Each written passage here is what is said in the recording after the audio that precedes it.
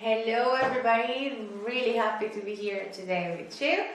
I missed everybody at the festivals this year, and one of my favorite ones is Savour Kilkenny. We always get treated like royalty at Savour Kilkenny. Me and my family absolutely love it. So I'm doing something lovely and festive for you for Savour Kilkenny Online. I'm doing a Christmas Black Forest pavlova. Hopefully you like it and you enjoy it. It's going to be super easy. It's a showstopper at the dinner table. Anytime I put this on a table, everybody goes like, wow. And it's pretty easy to put together, so I hope you enjoy it. We're going to start with the meringue. And first of all, we get our tray ready. So I'll show you the little trick I do. A crisp paper and my baking tray. And I have a little round like this is for another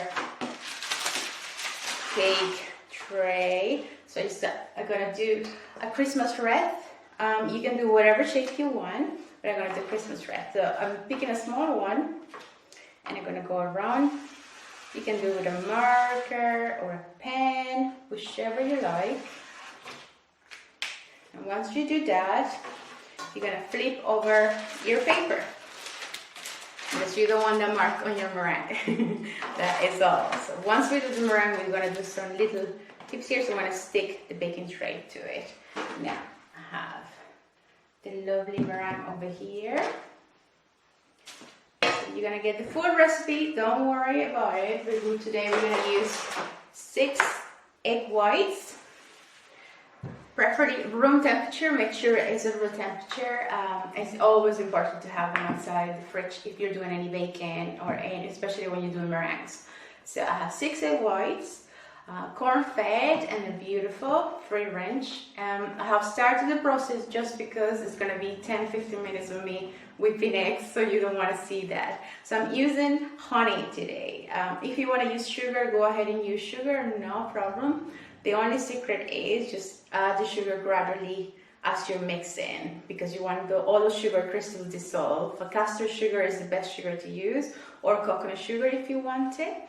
But I'm using honey because I want to encourage people to use a little bit more honey in their cooking.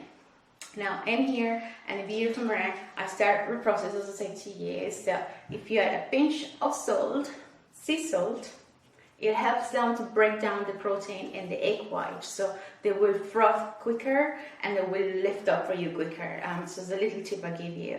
The other tip, make sure you clean all your utensils, the bowl, the whisk, everything with a little bit of vinegar or also lemon. So you clean everything really well and then clean with a tea towel all your utensils, your bowl, your whisk, because if there's a little bit of fat in any of your utensils, the eggs are not going to lift up, so we don't want that, okay? So as I say, I've already started the process, but I'm going to continue on. So I add a little bit of salt in there to break down the protein. And you can use cream of tartar or anything you like. I like to use lemon. It's your choice. Some people don't like it. You don't have to add it if you don't want it. Lemon, vinegar or cream of tartar, it helps to stabilize the meringue. So it's better for you. Go ahead. Very noisy. I'm just going to show you what I'm doing there.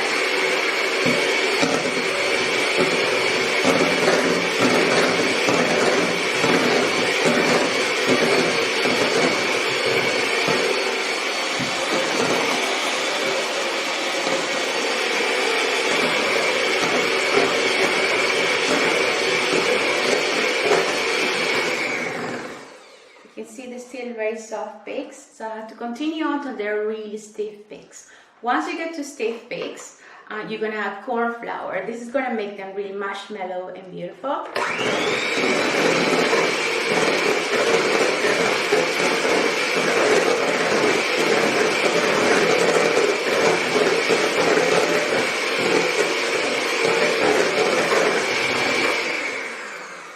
So let's see, nearly there. So when you start, you're gonna add a pinch of salt to your egg whites to start whipping away, and then you're gonna add your sugar or your honey, it's up to you, and a little bit of cream tartar, lemon or vinegar. I'm going to add a tiny bit of vanilla. I love a good vanilla because otherwise it's only eggs and sugar, right? So a little bit of vanilla. You can add orange zest in there, different flavors if you want to. And then I'm going to add the corn flour, around 2 teaspoons of corn flour.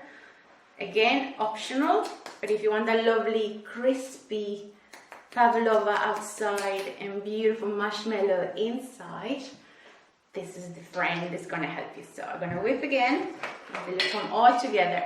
If you're using sugar at home, just make sure all the little sugar crystals have dissolved before you finish your meringue. Otherwise, it's not gonna be stable. So make sure of that. That's a little sugar.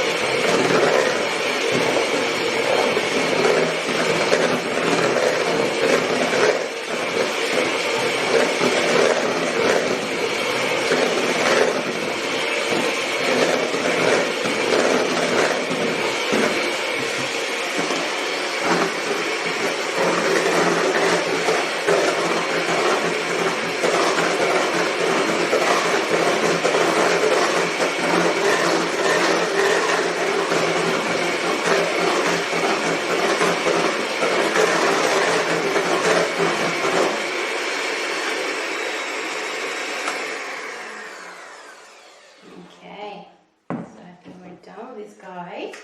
Down here, show you there, the beautiful meringue. So much fun. Now, because it's a Black Forest one, we're gonna add a little bit of cocoa powder in there. You can put the cocoa powder through the meringue if you want to, but I'm just gonna show you the way I do it, okay? Let's get our tray together.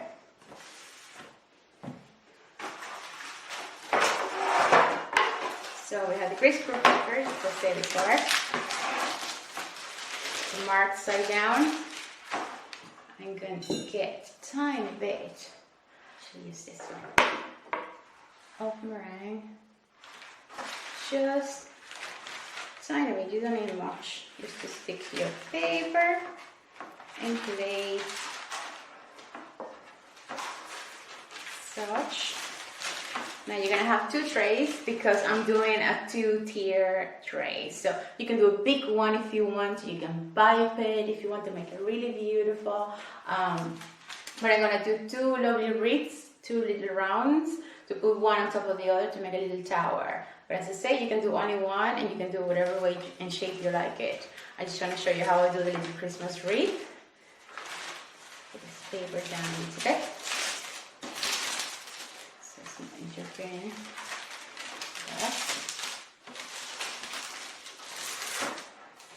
Okay.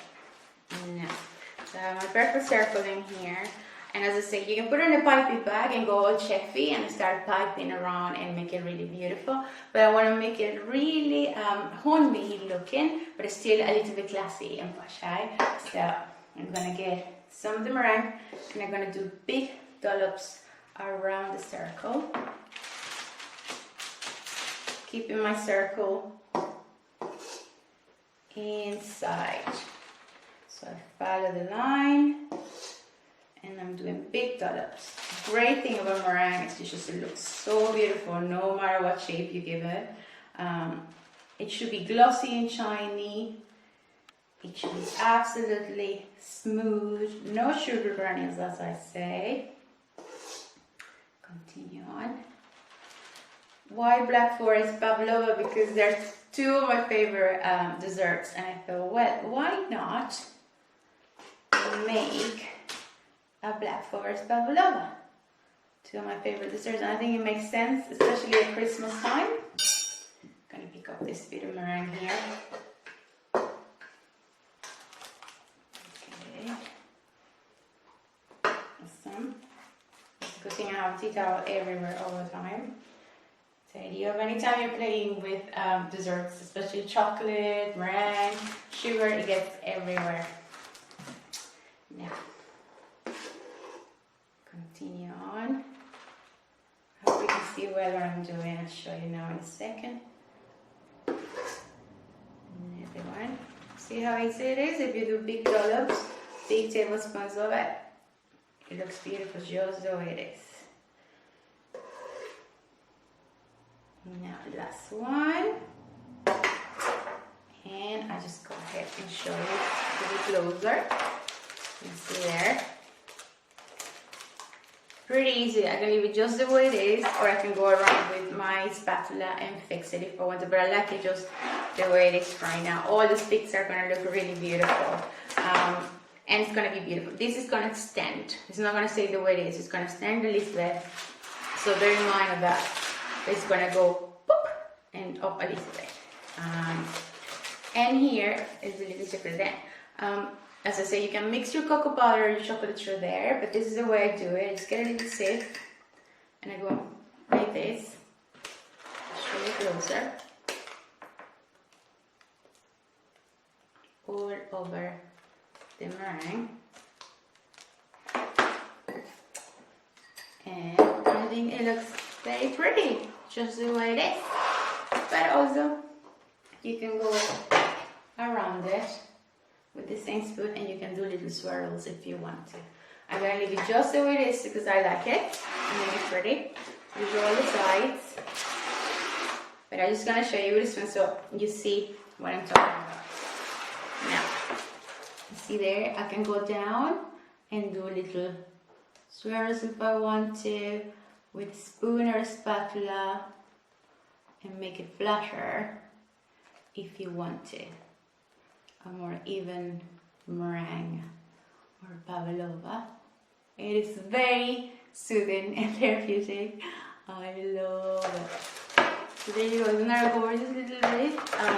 So the vanilla and the cocoa together, oh, it tastes so good. As I say, you can add more through it, but it's going to be a very dark meringue. So I like to see the contrast of the white and the cocoa powder. I think it's really beautiful. So we're going to do 2 of those, one on top of the other.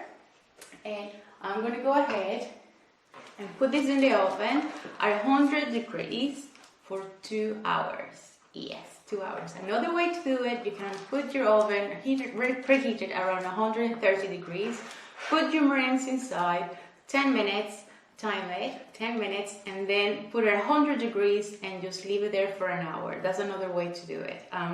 Some people like it a perfect meringue, some people like a cracked meringue. So if you want a cracked meringue, probably a little bit higher temperature, but the perfect meringue is gonna be 2 hours at 100 degrees or 130 degrees for 10 minutes and 100 degrees for an hour. The secret is do not open the oven, let the oven cool down, switch it off and let the pavlova cool down inside. If you're gonna present this the next day, what I will do is just put the fan. You see when you put the little light on, it's around 50 degrees. The light on your oven is around 50 degrees. So if you leave that overnight in there, it's going to be a perfect pavlova the next day, because we know in Ireland it's very humid, it's going to be cold. So if you live in a humid home, the best thing is just leave it in the oven and leave it there with the little light on all overnight. It's going to be perfect the next day, because all the humidity is going to make your meringue soft, so we don't want that. Now, that is your Christmas tree. I think it's really lovely. So we should bake this. We should put it in the oven. I'm going to put it down here because I already have 2 for us already baked. And we're going to assembling our meringue. So I have 1 in here. Pretty good. I'm cleaning my working station.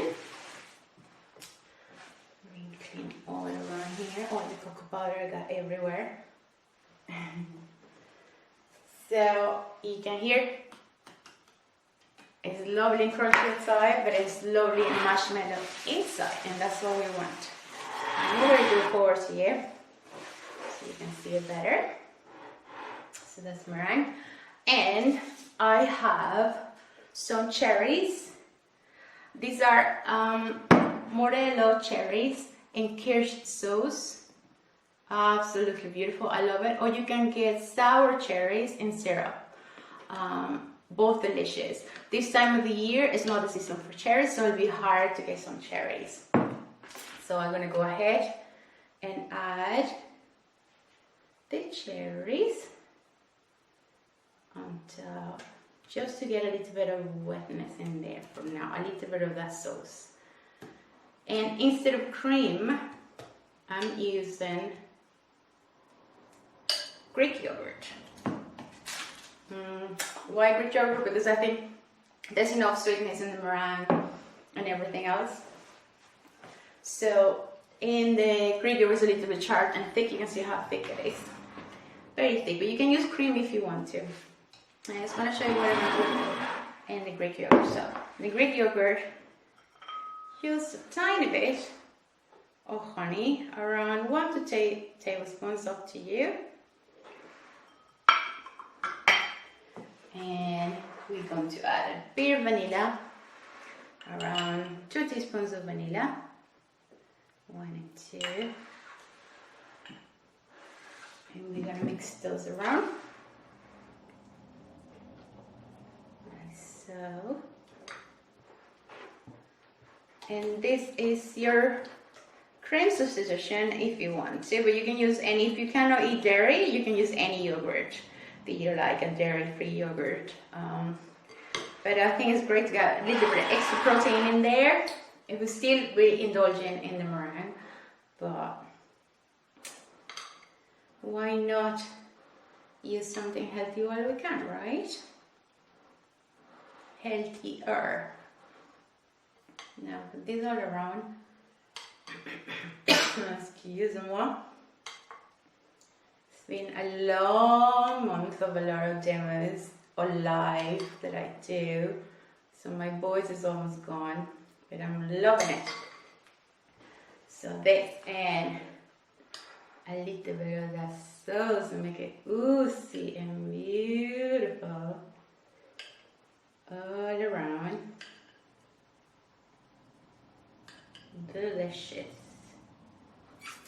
as my son would say. Some cherries here and there. And of course we need chocolate. I make these chocolate sauce. You can make melted chocolate, or you can use a chocolate sauce. If you want to do chocolate sauce, just melt 100 grams of dark chocolate. You can add a tiny bit of vanilla, maple syrup, honey, it's up to you. Excuse me. There you go. It's messy or it's beautiful as you want. I'm gonna put the other one on top. Look at that. Squish it a little bit. And more cream or yogurt. Here we go. All over. It's lovely to see the contrast of the chocolate and the cherries and the cream.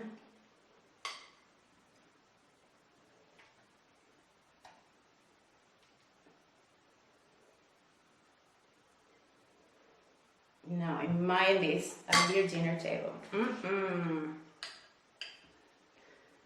More of those cherries on top.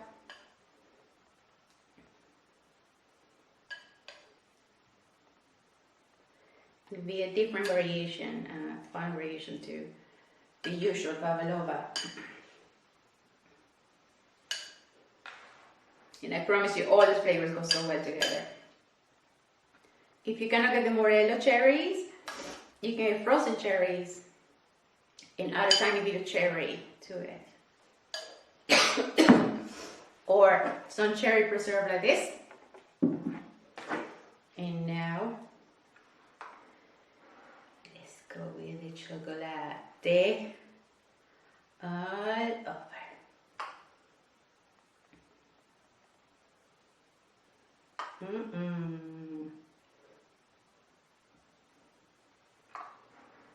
I'm transfixed by the colors, I'm sorry. You can make it as posh and elegant as you want. I'm pretty happy with this. Now you can use some of these beautiful cherries.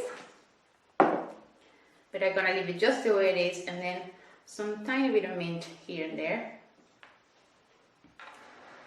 For a little bit of festive look. Now, as I say, you can have the meringue done ahead the day before, which is great. And when people already had their dinner and everybody's like happy, waiting for dessert, you can take a few minutes to yourself and go and play around with your pavlova. Because all you have to do is assemble Greek yogurt, the cherries, and the chocolate. And I promise you, everybody's gonna be happy once they taste this. Just a combination of textures with meringue, the sauce of the cherries is gonna be delicious. One more leaf here and there. And that should be it. So pretty.